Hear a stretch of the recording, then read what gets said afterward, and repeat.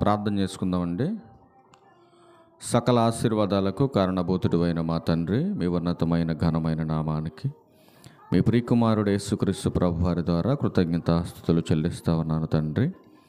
మా తండ్రివైన దేవ, నీ గ్రంథములోంచి కొన్ని విలువైన సంగతులు నీ పిల్లలకు వివరించడానికి సిద్ధపడుతుండగా సమయోచితమైన జ్ఞానాన్ని నాకు అనుగ్రహించండి. నీ పిల్లలు కేవలము వినేవారుగా ఉండి మోసపోక విత్తబడుతున్న మాటలో ఉన్న సత్యాన్ని గ్రహించటానికి ప్రతి ఒక్కరికి కూడా తండ్రి ఆలోచనతో కూడినటువంటి వివేచన జ్ఞానాన్ని అనుగ్రహించమని అడుగుచున్నాను. ఈ ఆరాధన ముగిసే వరకును కూడా తండ్రి ఎలాంటి అల్లరను ఆటంకమును లేకుండా మీరే మా అందరికీ తోడుగా ఉండి ఆదరించి నడిపించమని క్రీస్తు వారి పేరట ఈ ప్రార్థన విన్నపములన్నీ కూడా అడిగి వేడుకొనుచున్నాను తండ్రి.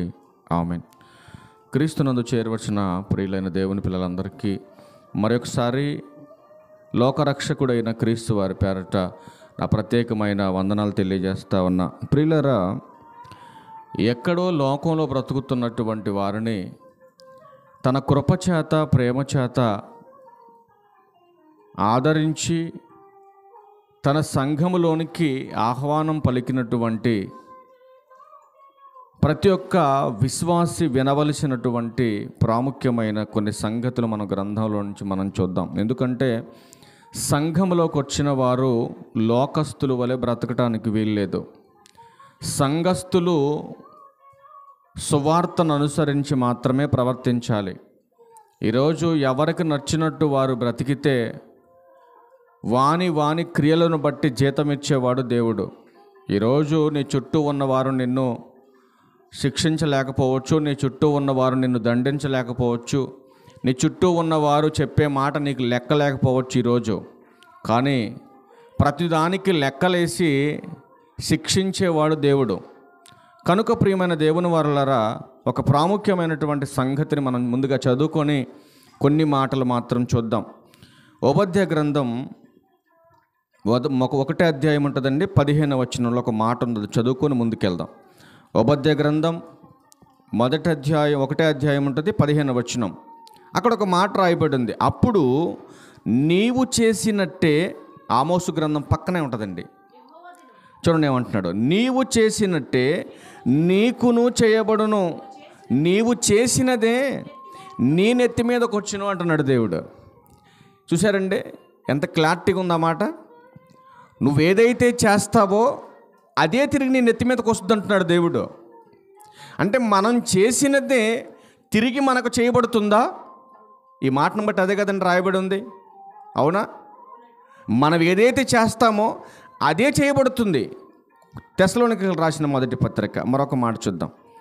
తెస్సలోనికలకు రాసిన మొదటి పత్రిక 5వ అధ్యాయము 15వ వచనంలో పౌలు గారు ఒక మాట మాట్లాడుతున్నారు. జాగ్రత్తగా ఈ మాటలు మీరు వినాలి. నువ్వేదైతే చేస్తావో అదే నీ నెత్తి మీదకి వస్తుంది అంటున్నాడు దేవుడు. చూడండి,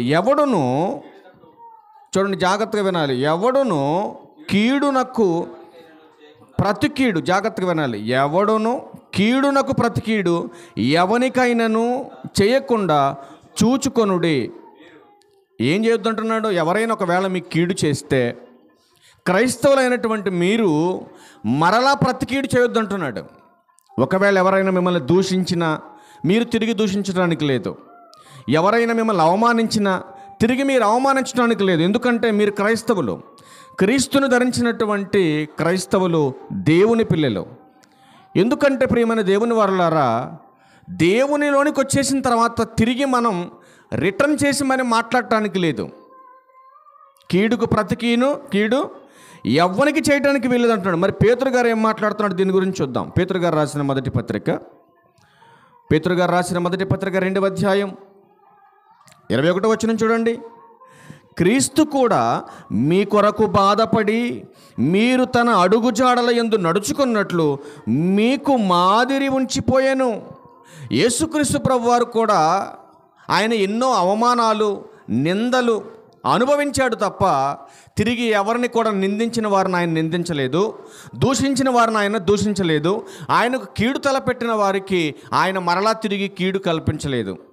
అంటే క్రైస్తవులమైనటువంటి మనం కూడా ఎవరి తత్వం కలిగి మనం సంఘములో ఉండాలనంటే యేసుక్రీస్తు వారి తత్వం కలిగి మనం ఉండాలి. గమనించాలి ఈ విషయాలన్నీ కూడా.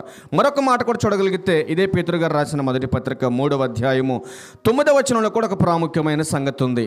చూడండి, మనం అందరం కూడా సంఘంలోనికి ఎందుకు ఆహ్వానించబడ్డాం?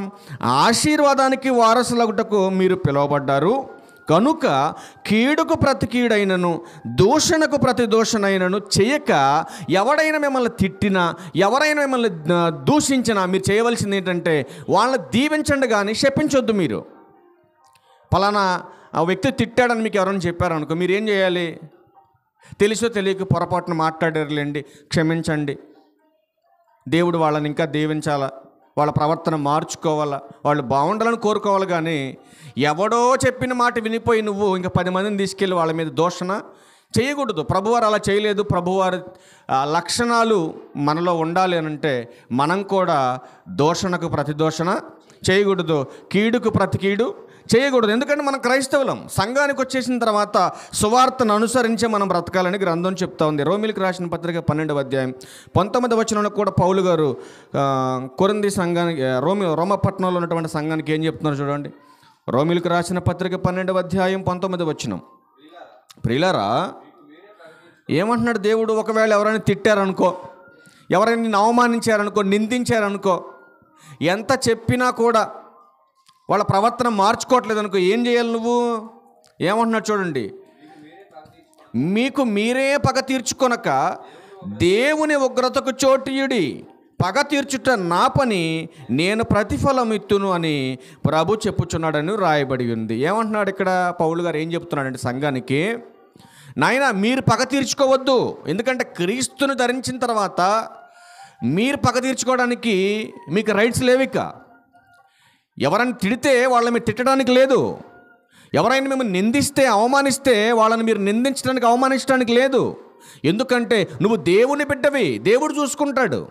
నువ్వు వెళ్ళి చేయి చేసుకున్నావు అనుకో, నీ మీద కేసు అవుద్ది, తీసుకెళ్ళి నేను లోపలేస్తారు. అదే దేవుడు కొడితే అడ్రస్ లేకుండా పోతాం. కనుక నువ్వేం చేయాలి? ఎవరైనా దూషించినా, నిందించినా, మరలా నువ్వు నిందిస్తే ఏమన్నాడు దేవుడు? నువ్వు నిందిస్తే ఆ నింద మళ్ళీ నీ నెత్తిన పడుతుంది అన్నాడు వచ్చి. ఒకవేళ దూషించావనుకో, ఆ దోషం మళ్ళీ నీ నెత్తి మీద పడుతుంది అంటున్నాడు దేవుడు. అందుకనే ఒక మాట చెప్పాడు ప్రభువారు మత్తయి సువార్తలో 26వ అధ్యాయం 52వ వచనంలో. అక్కడ ఒక మాట చెప్తున్నాడు ప్రభువారు. చూడండి, మత్తయి సువార్త 26వ అధ్యాయం 52వ వచనం చూద్దాం ప్రియులారా. ప్రభువారు ఏమంటున్నారు చూడండి, కత్తి పట్టినవాడు కత్తి చేతే నశిస్తాడు. ఎంత క్లారిటీగా ఉంది చూడండి మాట. దేన్ని పట్టుకున్నవాడు దాంతోనే పోతాడు. మరి ఇది అర్థమైనప్పుడు మనకి, మనల్ని ఎవరైనా తిట్టినప్పుడు మనం తిడితే మరి కరెక్టే కదండి. కానీ తిట్టమని చెప్పాడు దేవుడు? ఎక్కడ చెప్పలేదు. చెప్పని దాన్ని మనం చేయడానికి రైట్స్ లేవు మనకి. మరొక మాట చూద్దాం, మరొక మాట చూద్దాం ఒకసారి. మరొక మాట లూకాసు వార్త 6వ అధ్యాయం 38వ వచనం చూడండి. లూకాసు వార్త 6వ అధ్యాయం 38వ వచనం చూద్దాం ప్రియులారా. ఏమంటున్నాడు చూడండి, ఏం చేయాలంట? క్షమించుడి, అప్పుడు మీరు క్షమించబడరు. చూసారా ఏమంటాడో? మీరు క్షమించాలి. ఎవరైనా తిట్టారనుకో క్షమించండి. ఒకవేళ పొరపాటున మీరే నోరు జారి కప్పుకుని ఏమైనా అన్నారనుకోండి, తప్పే ఉంది, క్షమించండి. మీరు క్షమించే గుణం మీలో లేకపోతే దేవుడు కూడా మిమ్మల్ని క్షమించడు. కనుక క్రైస్తవులమైనటువంటి మనం ఎవరైనా మనల్ని తిట్టినా, పోని పొరపాటున మనం ఎవరి మీదైనా పగబెట్టుకున్నా, మనం చేయవలసిందేంటి? క్షమ. క్రీస్తు యొక్క క్షమాగుణం మనలో కలిగి ఉండాలి. లేదంటే ప్రియులారా, మనం ఏదైతే విత్తుతామో అదే కదా కోస్తాం. ఎంతమంది తెలిసిద్ది? మనందరికీ తెలుసు. మొక్కజొన్న విత్తి గోధుమ పంట కోస్తామండి? కొయ్యం కదా. ఏ గింజ అయితే భూమిలో నాటామో అదే కదా కోస్తాం, అవునా? ఒకసారి ఆ మాట చూద్దాం. గలతీయులకు రాసిన పత్రిక ఒక్కొక్క మాట చూసి మనం క్లోజ్ చేద్దాం. గలతీయులకు రాసిన పత్రిక చూడండి 6వ అధ్యాయం 7వ వచనంలో ఒక ప్రాముఖ్యమైన సంగతి చెబుతున్నాడు. నువ్వేదైతే చేస్తావో అదే నీ నెత్తి మీదకి వస్తుందని చెప్పాడు కదా దేవుడు. ఏమంటున్నాడు చూడండి, మోసపోకుడి, దేవుడు వెక్కిరించబడడు. మనుష్యుడు ఏమి విత్తునో అదే కదా కోస్తాడు. ఇది అర్థమైంది కదా మనందరికీ. మనం ఏదైతే విత్తుతామో అదే కోస్తాం. మనం ఏదైతే చేస్తామో అదే తిరిగి మన నెత్తి మీదకి వస్తుంది. నువ్వు మంచి చేస్తే మంచి వస్తుంది నీకు, చెడు చేస్తే చెడు వస్తుంది నీకు. 10 మందికి మంచి చేసేవనుకో, నీకు ఆపద వచ్చినప్పుడు 10 మంది మంచి చేస్తారు నీకు. అదే 10 మందికి చెడు చేస్తే, నువ్వు మంచి పని చేసినా నీ ఇంటికి ఎవడు రాడు. అర్థమవుతున్న మాట మీకు? అందుకే కింద ఏమన్నాడు చూడండి, ఎలాగనగా తన శరీరచ్చను బట్టి విత్తువాడు శరీరము నుండి క్షయమును పంట కోయును, ఆత్మను బట్టి విత్తువాడు ఆత్మ నుండి నిత్య జీవమనే పంట కోస్తాడు. నువ్వేదైతే చేస్తున్నావో అదే తిరిగి నీకు చేయబడుతుందని గ్రంథం హెచ్చరిస్తూ ఉంది. మరొక్క మాట చూస్తారా? మరొక్క మాట, కీర్తనల గ్రంథం 7వ అధ్యాయం, కీర్తనల గ్రంథం 7వ అధ్యాయం 15వ వచనం చూస్తాం ఒకసారి. కీర్తనల గ్రంథం, వాడు చూడండి ఏమంటున్నాడు, వాడు గుంట త్రవ్వి దానిని లోతు చేసి ఉన్నాడు. తాను త్రవ్విన గుంటలో ఎవరినో పడేద్దామని తవ్వుతూ ఉంటారు గోతులు చాలామంది. అవునా? ఆళ్ళ పడేయాలి ఈళ్ళ పడేయాలని గోతులు తెస్తూ ఉంటారు. అవునా? కానీ ఎవడ తీసిన పెద్దవాళ్ళు చెప్తూ ఉంటారు అప్పుడప్పుడు, ఎవడ తీసిన గోతులో, ఎక్కడి నుంచి నేర్చుకున్నారు వాళ్ళు పెద్దోళ్ళు ఈ మాట? బైబిల్లోదే. ఎవడ తీసిన గోతులో వాడే పడతాడు. 16వ వచనం కూడా కంటిన్యూషన్ చేయి. వాడు తలచిన చేటు వాని నెత్తి మీదకే వచ్చును, వాడు యోచించిన బలత్కారం వాడి నెత్తి మీదనే పడును. చరిత్రలో ఎస్తేరు గ్రంథంలో ఒక ఆయన ఉంటాడండి. ఏమీ తెలియనటువంటి వ్యక్తిని గౌరవించలేదనే చిన్న కారణం చేత దేని మీద ఎక్కించి ఉరిదిద్దాం అనుకున్నాడు? ఉరికొయ్య మీద ఎక్కించి ఉరిదిద్దాం అనుకున్నాడు. ఎవరి కొరకైతే చేయించాడో చేయించిన వాడు చివరికి ఏమయ్యాడు అంటే, వాడు చేసిందే వాడి నెత్తి మీదకి వచ్చి పడింది. వాడితోనే పోయిందా? వాడి కుటుంబం కూడా పోయింది దాంతోపాటు. మీరు ఆలోచన చేయండి. అందుకే అంటున్నాడు కదా, ఎవడు త్రవ్విన గోతులు వాడే పడతాడు. నీ ఆలోచన సరిగా లేదనుకో, నీ ఆలోచన చేత నువ్వే పోతావు. అందుకే దేవుడు ఒక మాట రాయించాడండి కొలస్సీలకు రాసిన పత్రికలో. ఒక్క మాట చూసుకుని వచ్చేద్దాం. కొలస్సీలకు రాసిన పత్రిక 3వ అధ్యాయం 25వ వచనంలో ఒక మాటను చదువుకుందాం. 3వ అధ్యాయం చూడండి ఏమంటున్నాడు, అన్యాయం చేసిన వానికి తాను చేసిన అన్యాయము కొలది మరలా లభించును, పక్షపాతం ఉండదు. చూసారండి, నువ్వేం చేసావో తిరిగి అదే వస్తుంది నీ నెత్తి మీదకి. పక్షపాతం చూపించడం. ఒకవేళ మనుషులైతే ఈడు మా ఇంటోడురా, ఈడు మా కులమోడురా, లేకపోతే మా బజారోడురా, ఈడు మా సంఘస్థుడురా అని నువ్వు పక్షపాతం చూపించవచ్చు.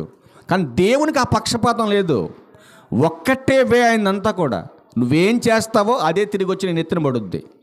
కనుక క్రైస్తవులమైనటువంటి మనం చేసేటటువంటి పని మంచి అయితే మంచి మనకు వస్తుంది. అదే చెడు చేస్తే చెడే వచ్చి పడుతుంది. ఇప్పుడు మంచి చేస్తే ఆశీర్వదింపబడతావు, పరలోకానికి వెళ్ళగలుగుతావు. అదే చెడు చేసావనుకో శపించబడతావు, నిత్యాజ్ఞలోకి వెళ్ళిపోతావు. మరి సంఘంలో ఎలా ఉన్నావు? ఒక్కసారి నిన్ను నువ్వు పరీక్షించుకొని వాక్యానుసారంగా నడుచుకోవాలని ప్రభు పేరట మిమ్మల్ని హెచ్చరిస్తూ నన్ను నేను హెచ్చరించుకుంటూ ఈ నా మాటలు ముగిస్తాను. అందరికీ వందనాలు. Thank you.